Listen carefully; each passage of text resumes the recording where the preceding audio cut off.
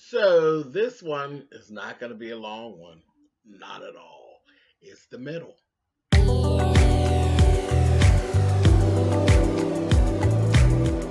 And I'm like, come on through, Cookie. I'm going up on my soapbox. That's basically it. Let's talk about drag and all its forms.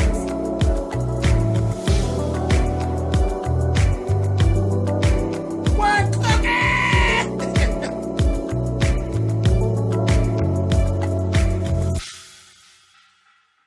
Hey guys, thanks so much for clicking on the video. This is my review for season 4. Basically, it's episode 20, which is part 2 of the reunion for Real Housewives of Potomac.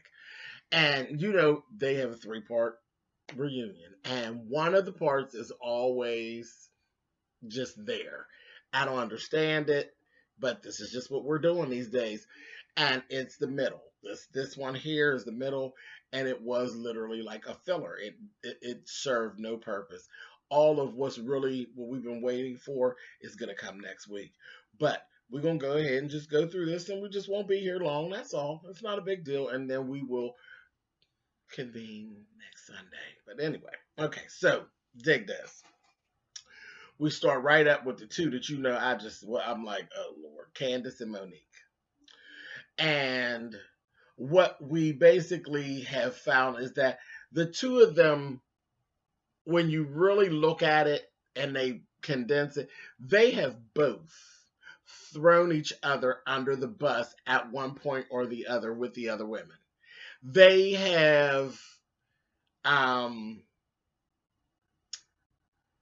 women of Potomac have a backstabbing spirit amongst them, period.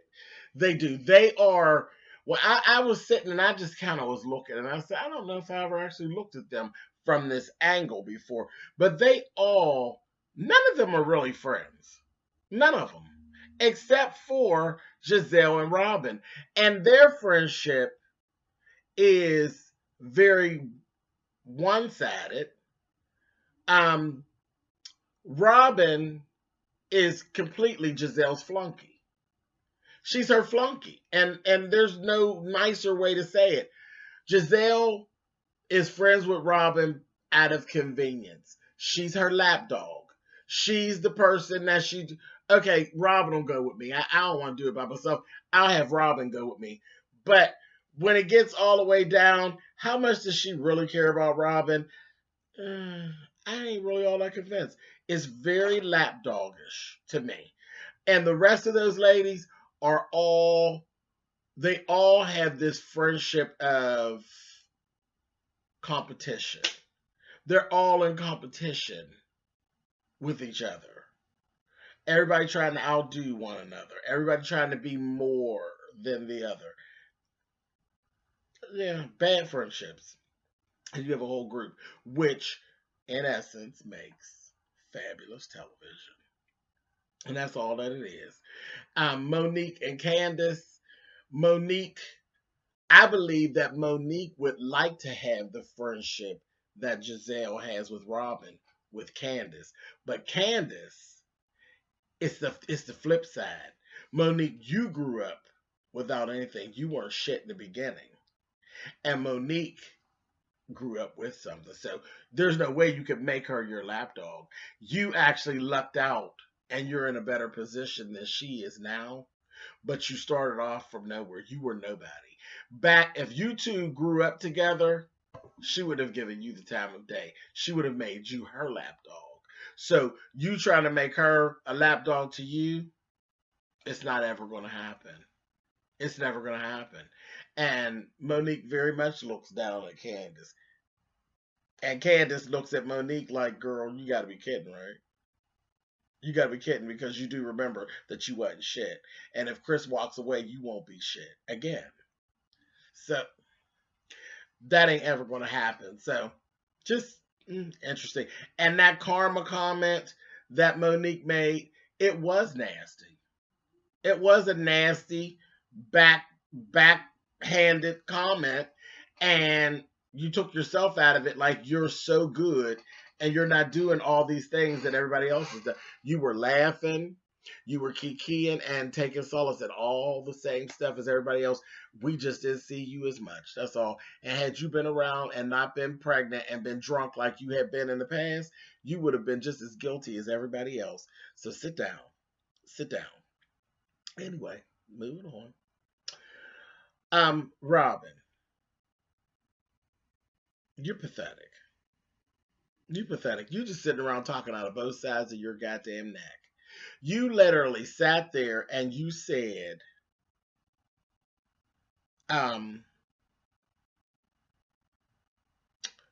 we got the tattoos as a symbol of where we are in our relationship right now. And then you made, the reference to getting a tattoo was a lot cheaper than getting an engagement ring. So actually, in your mind, it really is the same thing as like we are engaged. So it's the same thing. You just went the cheap way. So that would mean that we are exclusive, we are monogamous, we are together, and at some point we are actually going to retie or not. That's what those tattoos meant. We all understood that whenever it aired and we watched you get the tattoos. We all understood exactly what that meant to you, not to Juan, but to you. And then at least you're not completely confused, because then on the other side of it, you turned around and they asked you, are you all monogamous? And you said, as far as I know, which means that it hasn't totally been covered, that it is still up in the air, and for all that you know, Juan is not dating someone else right now. But it's open that if he actually wanted to date someone else, he still could. You're talking out of both sides of your neck and contradicting yourself, and you look foolish. You look foolish. And then you're saying, oh, well, they're laughing at you. They're not laughing with you. They're laughing at you. When could we possibly be looking for a wedding? Oh, well, maybe in a year. If Juan was interested in remarrying you, you two that ain't gonna spend no money, because y'all ain't gonna spend no money. It's not even about, you're not engaged. Is basically what I'm saying. You're not engaged. You just got a goddamn tattoo. You're not engaged because truly, if he was interested in being married to you, which y'all actually should just go on and retie the damn knot, go on downtown and file the papers and be done with it. Won't cost you what, $30, $40? Just file. It's paperwork. That's all it is, paperwork. Because y'all cheap asses ain't ready to have no big lavish wedding unless the show decides to pay for it. But all about being married, take your ass on down there before something happens. Because that would be the worst thing in the world for something to happen to one of you all. Or both of you all, and y'all aren't married. It is what it is. If you're going to be together and it's going to be like it is, just go on and file the paperwork. $40, and you'll be done. It's just a bunch of bullshit. Anyway, moving on. So then I thought it was pretty funny how, and like I said, they were just putting this together to have a third episode, but this was interesting when they did a collage, and this would have made a hell of a YouTube video is what it would have made. When they did the collage of Karen and Gizelle's breakups. Back and forth, back and forth, back and forth, back and forth. And they kept, who started? Both of you. Both of you started. At some point or the other, you both started. You are the two whores that I'm talking about with this, the yard like the lead to of this competition and this back and forth. Oh no, I'm better. Oh no, you're better. And as we see, it actually dates all the way back to some shit about some damn cookies. School cookies. Ain't nothing but a bunch of love-hate bullshit between the two of you all. Y'all love hating on each other. Sick behavior. Anyway, and it's not one, it's both of you. Moving on. Baby, you all see my thumbnail. When they did that side by side of Chris and his mammy, it made my evening. He looks just like his mother. Oh my God, he looks just like his mother. Moving on. Ooh, okay. So then I thought it was funny that Ashley literally got busted. She was like, oh, she didn't even give a shit. She got busted as being the person who carried that bone and started the issue between Monique and Gizelle. That whole thing.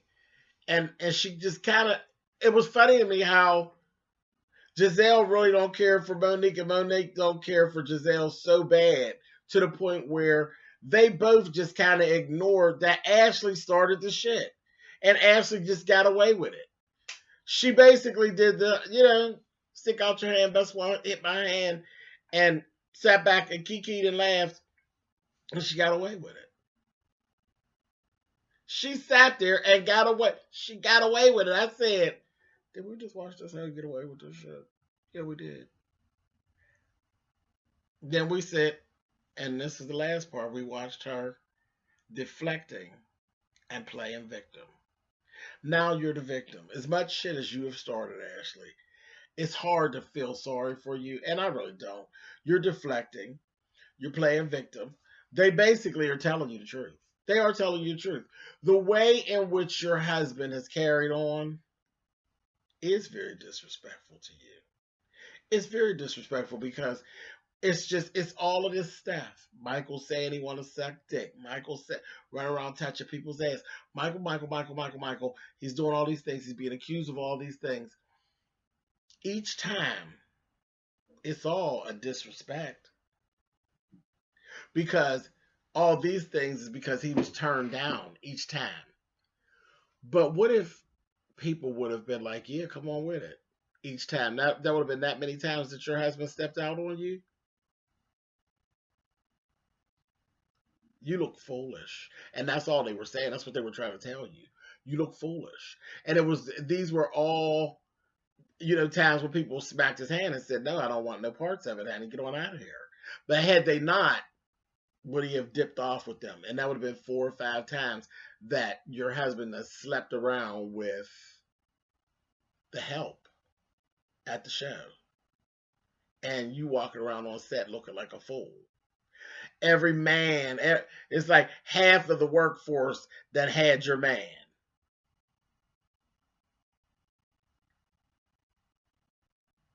Okay, girl. I guess all money ain't good money. Sorry, not for me. So then there's the whole thing. Everyone other than Ashley has heard about these other producers that have accused Michael of grabbing their behinds.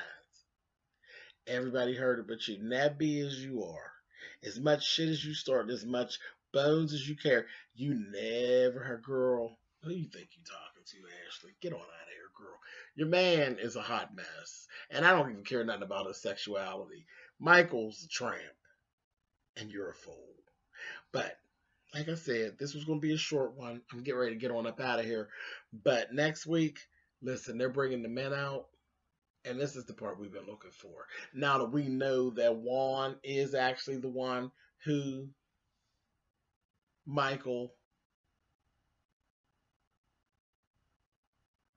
wants to suck him off. I want to see what's getting ready to go down, but it looks like it's really getting ready to be more of a between Michael and Chris. And did you notice the other Chris? Did he get dressed in a whole different room? Is that me, or did y'all see that? That Chris got dressed in a whole other room. The other Chris. Monique's Chris. And when Michael said, oh, so does Chris have a team now? I'm just going to leave that right there. And the funny part is, Chris Samuels, don't worry about it, baby. You were never at risk. You were never at risk, okay? You weren't. But anyway, I think it was funny. Anyway, all right, y'all. Catch y'all next week.